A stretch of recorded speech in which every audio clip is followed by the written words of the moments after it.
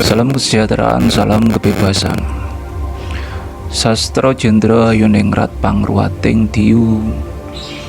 Sastra itu adalah tulisan, jendro itu adalah sebenarnya diri.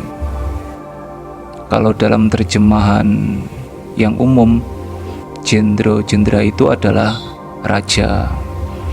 Ya memang sebenarnya diri ini adalah raja. Hayu itu selamat, ningrat itu di bumi atau diri kemanusiaan ini. Pangruwating Diyu, dengan cara pangruwating Diyu. Pangruwating itu adalah merubah menjadi baik. Diyu itu adalah kejahatan, atau kalau dalam terjemahan yang sudah umum itu adalah raksasa yang sangat jahat, yang pekerjaannya itu selalu menciptakan keburukan. Kalau di dalam diri ini ya pikiran ini yang selalu menciptakan kejahatan, karena pikiran ini memiliki dualitas baik dan buruk. Dan ketika pikiran ini tidak ada yang mengendalikan, kalau tidak ada yang mengendalikan, pikiran ini akan cenderung melakukan keburukan untuk dirinya sendiri. Sastra Jendra ini sangat terkenal di Pulau Jawa, karena ini adalah kunci untuk menjadi orang Jawa. Orang Jawa yang saya maksud ini bukan orang yang berbahasa Jawa, yang tinggal di Jawa, yang melakukan adat istiadat Jawa. Bukan itu. Orang Jawa adalah orang yang tahu diri. Orang Jawa adalah orang yang sadar. Kemarin Mimin sudah menyebutkan kalau sastra Jendra ini adalah agama yang baru. Agama yang baru yang tidak bisa dibagikan seperti agama-agama yang lain. Ini sangat pribadi. BTW, agama itu ada dua. Agama yang tertulis dan agama yang tidak tertulis. Sastra Jendra ini adalah agama yang tidak tertulis, makanya tidak bisa dibagikan. Mungkin Kisana pernah mendengar kalau salah satu dari misi Dajjal itu adalah meniadakan agama. Iya toh? Yang ditiadakan bukan agama yang tertulis itu. Yang ditiadakan adalah agama yang tidak tertulis. Makanya saat ini agama yang tertulis itu tetap ada. Tapi agama yang tidak tertulis itu hanya sedikit manusia yang mengetahui, yang memilikinya. Dari kedua jenis agama yang tertulis dan yang tidak tertulis, ini pelakunya berbeda. Kalau agama yang tertulis kan pelakunya adalah manusia, ya toh? Dan ada pula di sana aturan-aturannya. Tapi sayang sekali, aturan yang berkaitan dengan batin manusia itu tidak bisa dijalankan. Hampir mustahil untuk dijalankan oleh manusia yang masih memakai agama yang tertulis saja. Aturan-aturan yang berkaitan dengan batin itu akan bisa dijalankan ketika manusia itu telah memiliki agama yang tidak tertulis. Otomatis pelakunya pun berbeda. Jadi secara fisik tidak bisa dikenali, Bisa jadi dia memakai dua agama itu secara bersamaan. Bisa jadi dia hanya memakai agama yang tidak tertulis.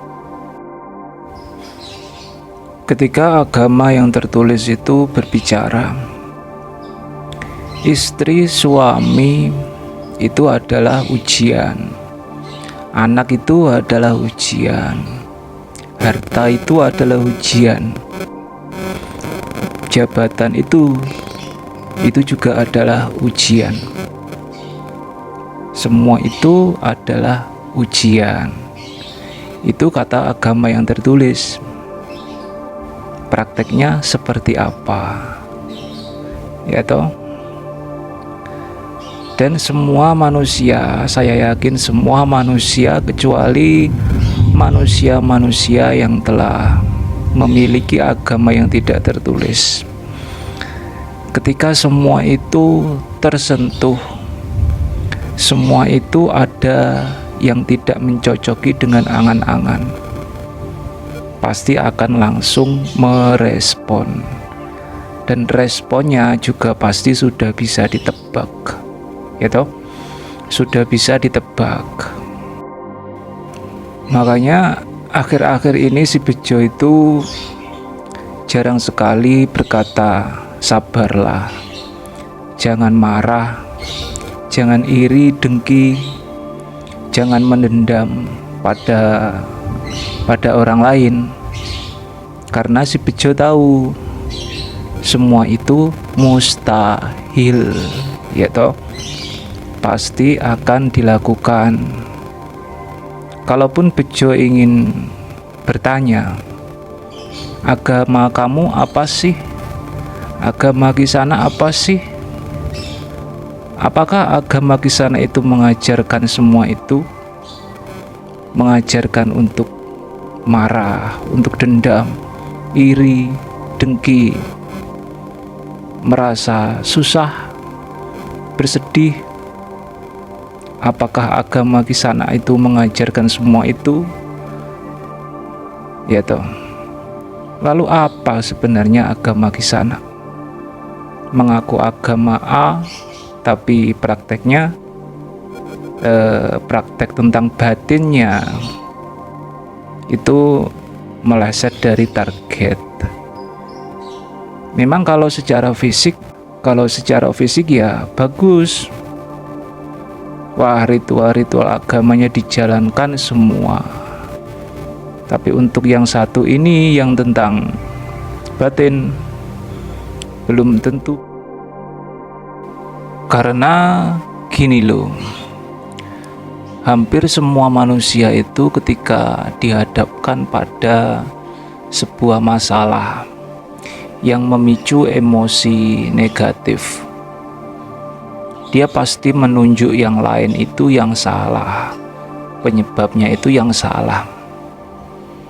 Seolah-olah berkata, aku loh yang benar, salahku di mana? Ya toh.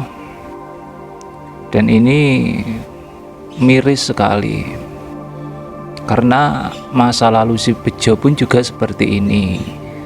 Dan kalau masa lalu si Bejo seperti ini, berarti masa lalu semua manusia itu ya sama. Selama masih sama-sama manusia, berarti ya sama. Salahku di mana? Lalu menunjuk itu yang salah. Makanya di dalam ajaran agama yang tertulis itu semuanya berkata, sabarlah, jangan marah, jangan mendendam, jangan iri dengki, jangan bla bla bla bla bla. Sebenarnya semua itu demi kebaikan diri sendiri, ya toh. Tapi karena si manusia itu memang seperti itu adanya, karena memiliki semua sifat-sifat itu, ya seperti itulah apa adanya. Kan manusia itu seperti VCD player, Ketika kepingan VCD-nya itu diputar, ya seperti itulah apa adanya, seperti itulah isinya, dan akan berjalan seperti itulah apa adanya. Masuk ke dalam sastra gendro. Gambar yang pertama. Seperti itulah kira-kira kalau digambar. Kalau digambar seperti itu. Dan itulah yang disebut dengan si raja. Raja atau sebenarnya diri. Sebelum sebuah kegiatan itu dilakukan, di dalam batin itu sudah tergelar segala sesuatu tentang respon, pemikiran, perasaan, keinginan, cipta, rasa, karsa, frekuensi, vibrasi, atau apalah namanya, terserah. Bagaimana sang raja ini atau sebenarnya diri ini merespon semua itu. Itulah yang menentukan hasil dari sebuah tindakan. Apakah sebenarnya diri ini bisa dilihat? Apakah perasaan itu bisa dilihat? Apakah pemikiran itu bisa dilihat? Apakah keinginan itu bisa dilihat? Semua itu ada, tapi tidak bisa disentuh, tidak bisa dilihat oleh mata telanjang. Tapi kan ada, ya toh? Karena adanya pergerakan fisik, karena adanya pergerakan batin terlebih dahulu. Dan poin penentunya terletak pada si raja, pada sebenarnya diri. Apa yang mau dia lakukan? Apakah dia mengikuti cipta, rasa, karsa yang sekarang tergelar di hadapannya, yang sekarang terlihat tersentuh olehnya, atau tidak? Fisik diri manusia kita ini, mata itu tidak bisa melihat, tidak bisa menyentuh semua cipta, rasa, karsa, pemikiran, perasaan, keinginan itu. Tapi sebenarnya diri atau si raja itu bisa. Dan inilah agama yang baru itu. Munculnya pelaku yang baru, raja dan rakyatnya. Rakyatnya ya yang dia pandang, yang dia sentuh itu. Sederhananya seperti ini. Sistem itu sudah ada. Sistem pemerintahan itu sudah ada.